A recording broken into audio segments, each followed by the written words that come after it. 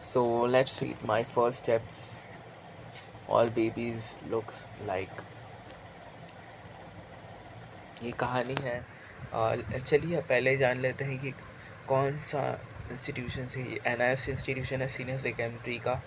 English पढ़ रहे हैं हम 302 सीनियर सेकेंडरी का।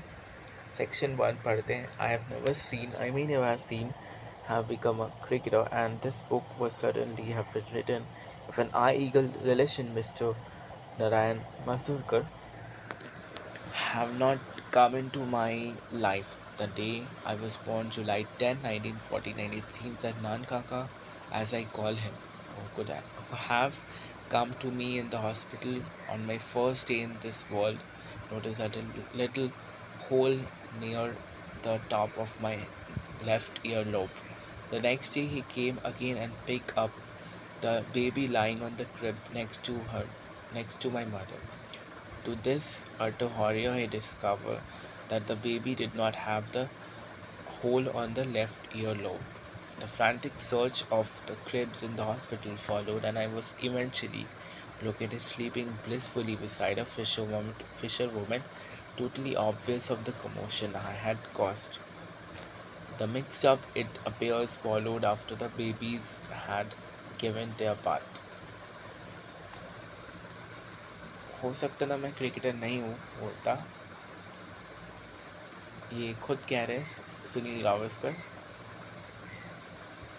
अगर कह रहे हैं कि अगर उसके काकू उसके अंकल नारायण मजरकर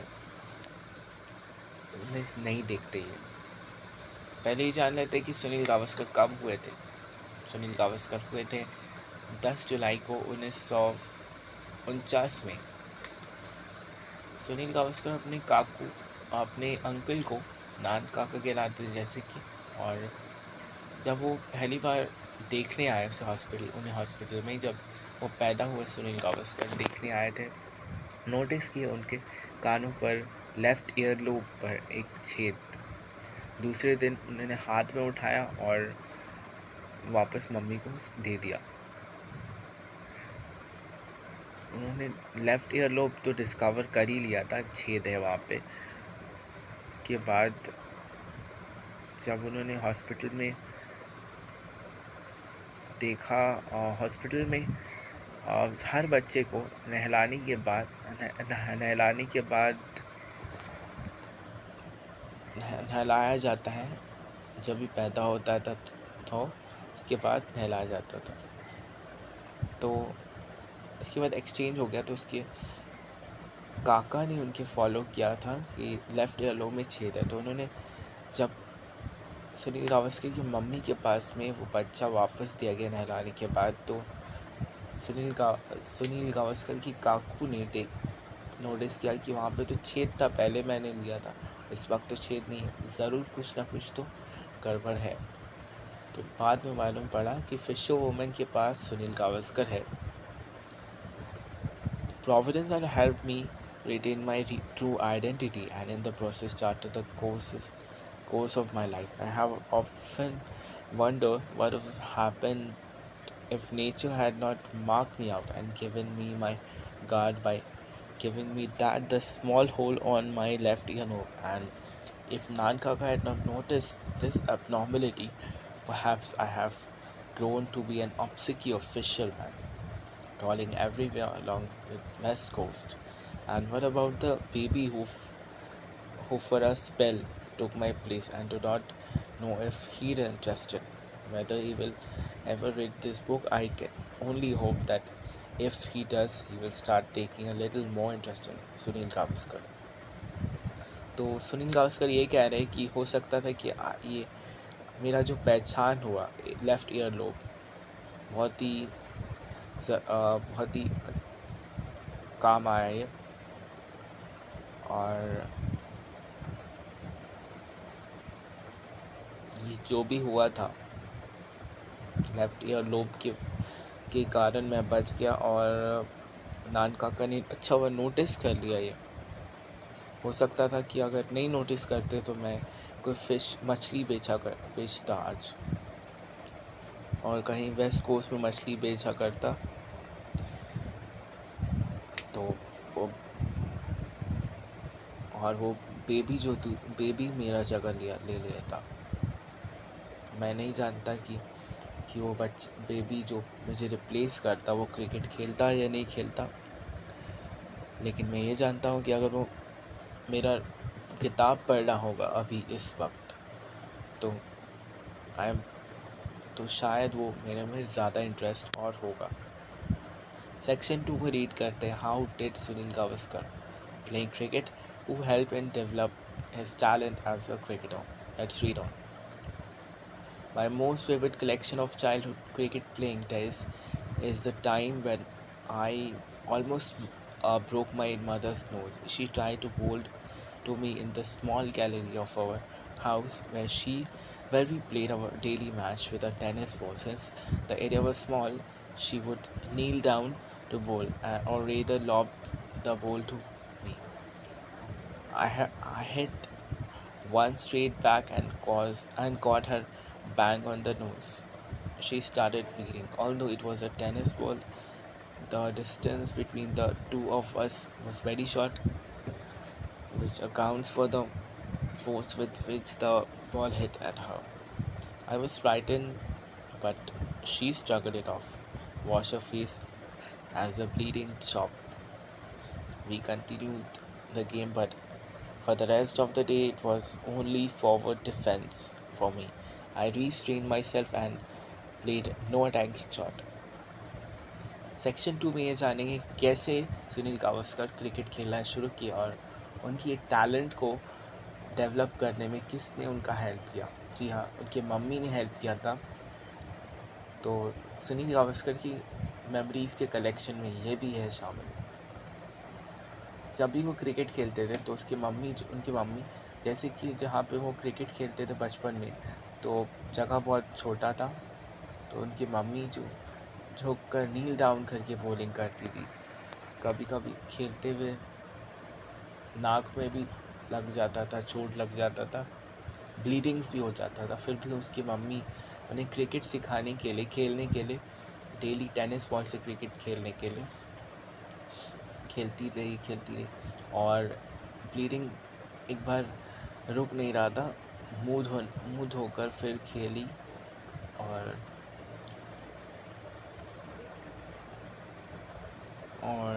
फिर उसके बाद एक दिन फिर उसके बाद में क्रिकेट कंटिन्यू करके सुनील गावस्कर डिफेंसिव क्रिकेट खेलना शुरू कर दी, अटैकिंग शॉट कम खेलना शुरू कर दी। सो cricket to use a clench in my blood. My father was a good club cricketer in his days and keen student of the game. Even now, we have an interesting discussion on various aspects of the game, and I have found his advice invaluable in the development of my career. And as I have already said, I have had the privilege having a cricketing mother who helped me to take the first step in the game, and I come in love.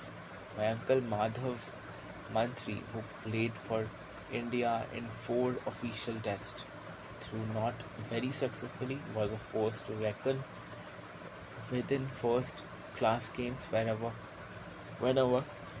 I went to Uncle House. My first pass game used to be to take out his pullover careless them with a sense of blocking. I was so flanked by the India's test pullovers that once I even dared to ask him I could take one since he has so many. My uncle told me that one has to sweat and earn the India colors, and I too should work has to earn the distinction. This is a lesson I have never forgotten. Long back, I am glad that my uncle did not succumb to my childish fancy and instead taught me that there was no shortcut to the top. I was also fascinated by the many souvenirs he had and the large number of trophies he had won. What I liked most was the stamp bearing the autographs of the 1952 India and England teams, and I love to linger over the autographs of every player. Sunil Gavaskar कह रहे हैं बेशक cricket मेरे खून में है। मेरे father एक बहुत ही अच्छे क्लब क्रिकेटर थे अपने ज़माने के, और खेल के बहुत ही अच्छे विद्यार्थी थे। अभी भी हम लोग अच्छे खासे डिस्कशन होता है क्रिकेट के बारे में और उनके डेवलपमेंट करियर के बारे में। जैसे कि मैंने पहले ही कहा है कि मेरी मम्मी मेरी मम्मी भी अच्छी क्रिकेटिंग मदर थी, जिन्होंने मुझे मेरे पहले क्रिकेट के कदम में आगे बढ़ने में मुझे बहुत सपोर्ट किया, और मेरे प्यार के नज़दीक आने में मुझे बहुत ही सपोर्ट किया। मेरे अंकल माधव मंत्री, जिन्होंने इंडिया के लिए खेला है 4 ऑफिशियल टेस्ट, जो ज़्यादा सक्सेसफुल नहीं हुए थे अपने क्रिकेटिंग करियर में, लेकिन बहुत ही अच्छे खिलाड़ी थे। जब भी मैं उनसे मिलता था, उनके पहले पास टाइम्स के बारे में पूछता था, तो मेरे साथ मैं मिलता था तो मैं बहुत अट्रैक्ट होता था उनकी तरफ मैं अट्रैक्ट होता था। मेरे अंकल हमेशा मुझे कहा करते थे कि अगर किसी को कुछ करना है तो उसे ज़रूर उसे पसीना बहाना पड़ेगा उस देश के कलर में खेलने के लिए, उस ब्लू ड्रेस में खेलने के लिए। और मुझे खुद भी बहुत वर्क हार्ड करना पड़ा इसके लिए। ये एक सीख था मुझे जो मैं भूलूंगा नहीं कभी। पहले अगर देखा जाए पहले के समय, लुकिंग बैक देखा जाए तो मैं बहुत खुश था अपने अंकल को, कि अंकल कभी भी मुझे बच्चा वाला ट्रीट नहीं कर रहे थे ज़्यादा। मुझे बड़ों जैसा समझा रहे थे, मुझे बताए थे कि यहाँ पे कभी भी ऊपर जाने के लिए ज़्यादा, कभी भी टॉप कुछ पाने के लिए, ऊपर जाने के लिए, टॉपर बनने के लिए कभी भी शॉर्टकट तय मत करना। और मैं हमेशा फैसिनेटेड रहता था उसे जानने के लिए। और उनका मैंने देखा बहुत सारी ट्रॉफीज़ हैं उनके पास में जो जीता उन्होंने, जो और सबसे ज़्यादा तो मुझे वो पसंद आया, वो स्टम्प में जिसमें ऑटोग्राफ था 1952 इंडिया और इंग्लैंड टीम्स का, प्लेयर्स का, हर प्लेयर का ऑटोग्राफ था, जो मुझे बहुत पसंद आया उनका।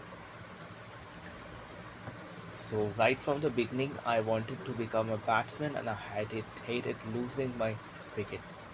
This became such an obsession with me that if the rest of the boys ever got me out, I would fight and eventually walk home with the bat and the ball. This would bring the game to an abrupt, and since nobody else had a ball or bat, the boy cursed and called the names. But the tensions did not last long, and we generally got on very well. Among these early comrades with whom I played were the Embray brothers, the Mandraker brothers, and several others who made up our particular ball, and whether I was out or not, I had to go to the majority verdict. We often played matches against teams made up of boys living in the neighboring buildings, and there was tremendous interest in the trophies, and we called them. These trophies were small white metal cups for which we are contributed and bought for as little of rupees 1.5 rupees.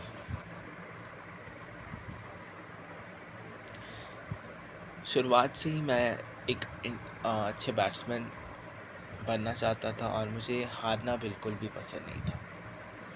ये मेरा लक्ष्य बन गया था, एक तरह से मेरा आदत सा बन गया था।